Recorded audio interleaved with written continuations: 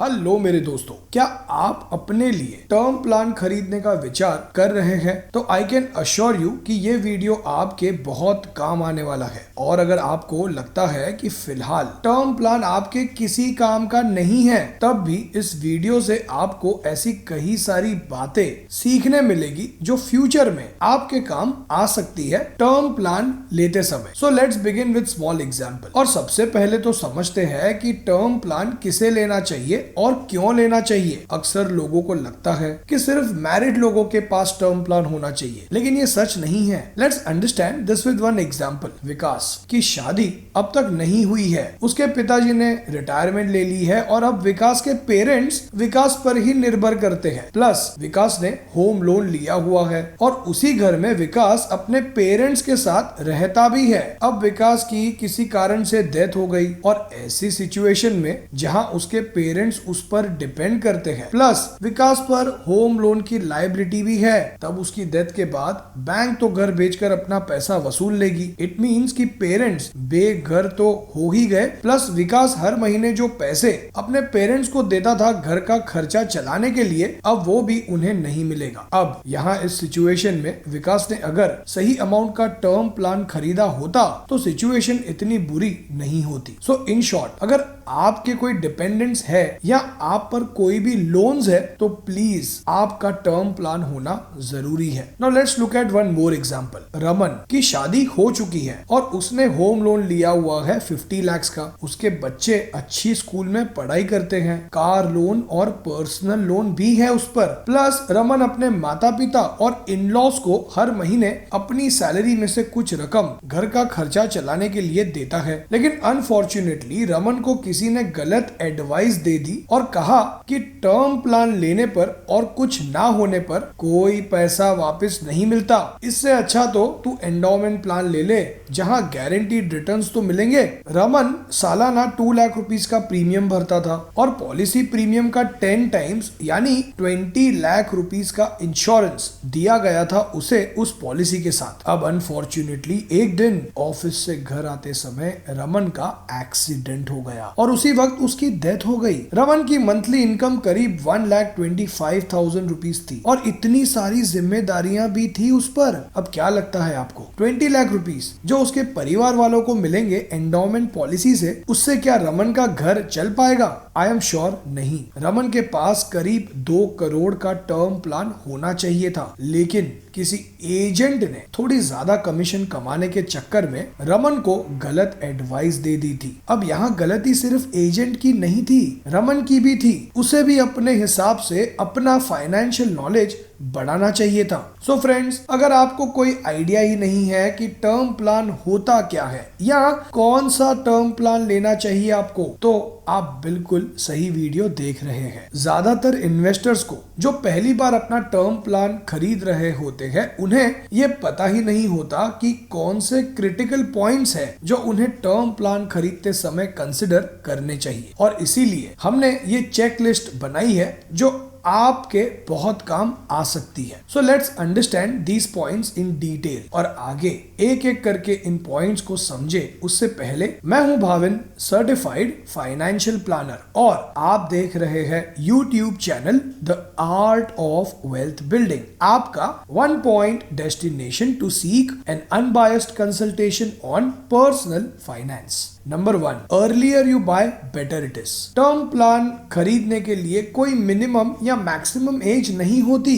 ज्यादा लेट मत कीजिए, एज जितनी आपकी एज बढ़ेगी उतना टर्म प्लान का प्रीमियम भी बढ़ेगा। और एज बढ़ने के साथ साथ अगर कोई लाइफस्टाइल डिसीज जैसे डायबिटीज, ब्लड प्रेशर हो गया तो टर्म प्लान मिलना बहुत डिफिकल्ट हो सकता है। तो जैसे ही आपने फाइनलाइज कर लिया है कि कितने अमाउंट का टर्म प्लान चाहिए होगा आपको, तो उसे तुरंत फाइनलाइज कीजिए। Number 2, by term plan policy only till your retirement. क्या 30 बरस के इंसान को 80 बरस तक का टर्म प्लान खरीदना चाहिए? तो इसका जवाब है नहीं। टर्म प्लान का असली पर्पस होता है income replacement. And I am sure आप 60 या मैक्स 65 इयर्स तक ही काम करना पसंद करेंगे और आपकी उम्र 60 होने तक आपका कोई भी फैमिली मेंबर आप पर फाइनेंशियली डिपेंड नहीं कर रहा होगा। जब हम यंग होते हैं तब हमारी फाइनेंशियल रिस्पॉन्सिबिलिटीज ज्यादा होती है, तो बड़ा कवर लेना जरूरी होता है और एज बढ़ने के साथ साथ हमारे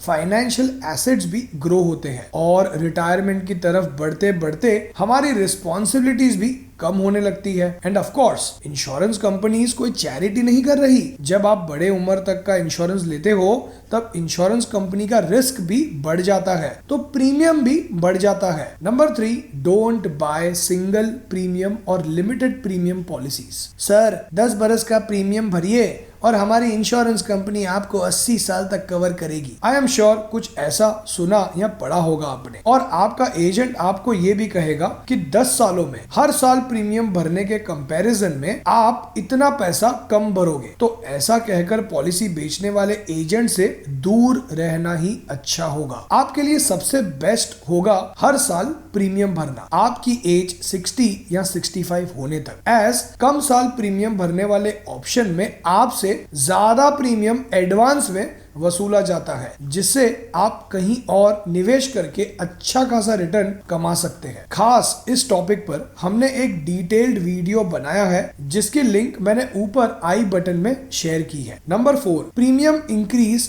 post medical, take it positively. कई बार ऐसा होता है कि मेडिकल चेकअप होने के बाद प्रीमियम को बढ़ा दिया जाता है और ऐसा होने पर लोग नाराज होकर पॉलिसी नहीं लेते और अपना टर्म प्लान लेने के डिसीजन को पोस्टपोन कर देते हैं। लेकिन मेडिकल टेस्ट होने के बाद प्रीमियम बढ़ा है, उसके कुछ कारण हो सकते हैं, जैसे कि इंसान ओवरवेट है, स्मोकर है या अल्कोहलिक है, या उसे या उसकी फैमिली में किसी बड़ी बीमारी की हिस्ट्री है। इनफैक्ट ये अच्छी बात है कि कंपनी पहले ही इन पॉइंट्स को कंसिडर करके आपकी पॉलिसी ज्यादा प्रीमियम लेकर ही सही अप्रूव तो कर रही है, और ऐसा होने पर पोस्टपोन करने से अच्छा उसी वक्त पॉलिसी ले लेना सही डिसीजन होगा। फ्रेंड्स, सही इंश्योरेंस लेना फाइनेंशियल प्लानिंग का सबसे इंपॉर्टेंट पार्ट होता है, तो इंश्योरेंस अपने रिक्वायरमेंट और फाइनेंशियल गोल्स के साथ मैच करके ही लेना चाहिए। और अगर आप अपना पर्सनल फाइनेंशियल प्लान बनवाकर इंश्योरेंस के साथ साथ अपने बाकी फाइनेंशियल गोल्स भी अचीव करना चाहते हैं तो व्हाट्सएप कीजिए इस नंबर पे और विजिट कीजिए हमारी वेबसाइट theartofwealthbuilding.com पे। नंबर 5,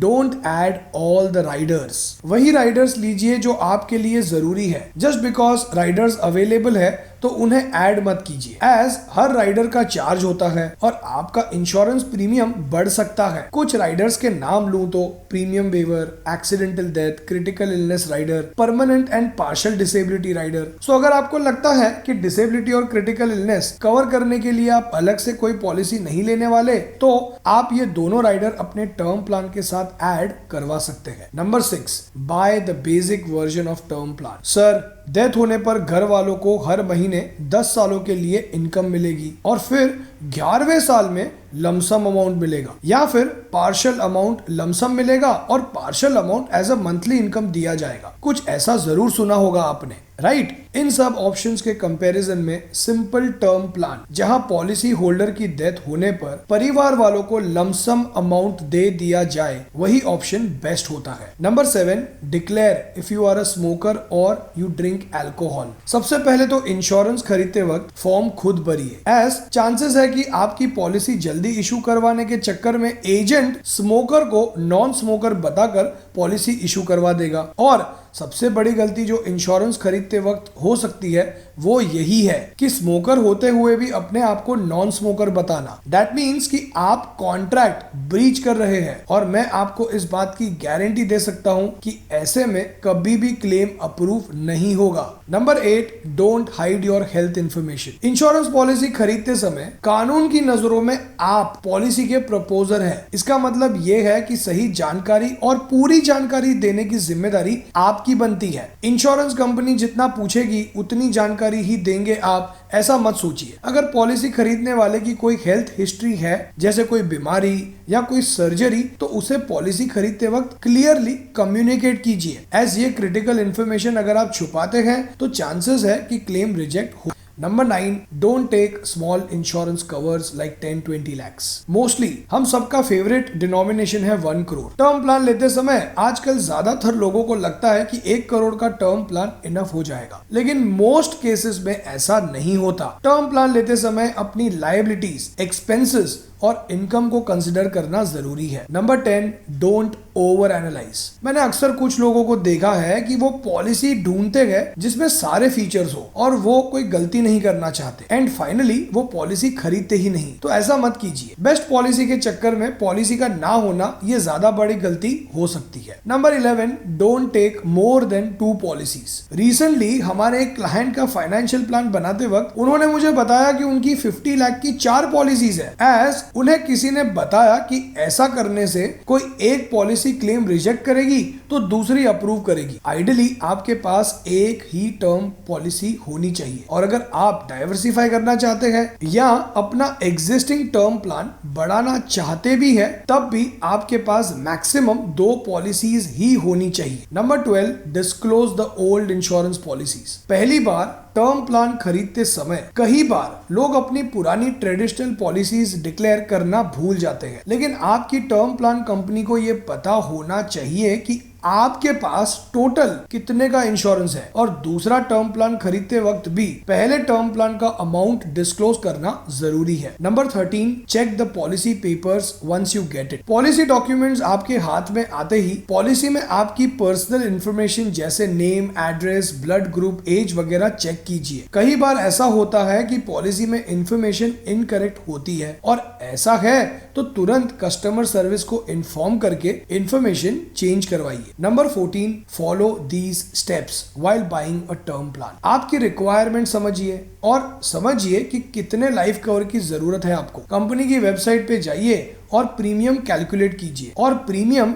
आपके बजट में है तो टर्म प्लान अप्लाई कीजिए, प्रीमियम पे कीजिए और डॉक्यूमेंटेशन की शुरुआत कीजिए। जरूरत पड़ने पर कंपनी मेडिकल एग्जामिनेशन अरेंज करवाएगी और सब कुछ सही होने पर आपकी पॉलिसी इशू कर दी जाएगी। कुछ और पॉइंट्स जिनका ध्यान आपको रखना चाहिए वो है communicate with your family members कि आपने टर्म प्लान खरीदा है। Choose a strong and good company while purchasing a policy. Don't forget to add the nominee in the policy. So friends, I hope इन पॉइंट्स को term plan लेते समय आप consider जरूर करोगे और अपना पर्सनल फाइनेंशियल प्लान बनवाकर अपने पर्सनल फाइनेंशियल गोल्स अचीव करना चाहते हैं तो व्हाट्सएप कीजिए इस नंबर पे। और अगर आपको लगता है कि ये पॉइंट्स जरूरी है तो इन्हें शेयर कीजिए अपने फ्रेंड्स और फैमिली मेंबर्स के साथ। So now let us summarize all the points one by one. Number 1, earlier you buy, better it is. Number 2, buy term plan policy only till your retirement. Number 3, don't buy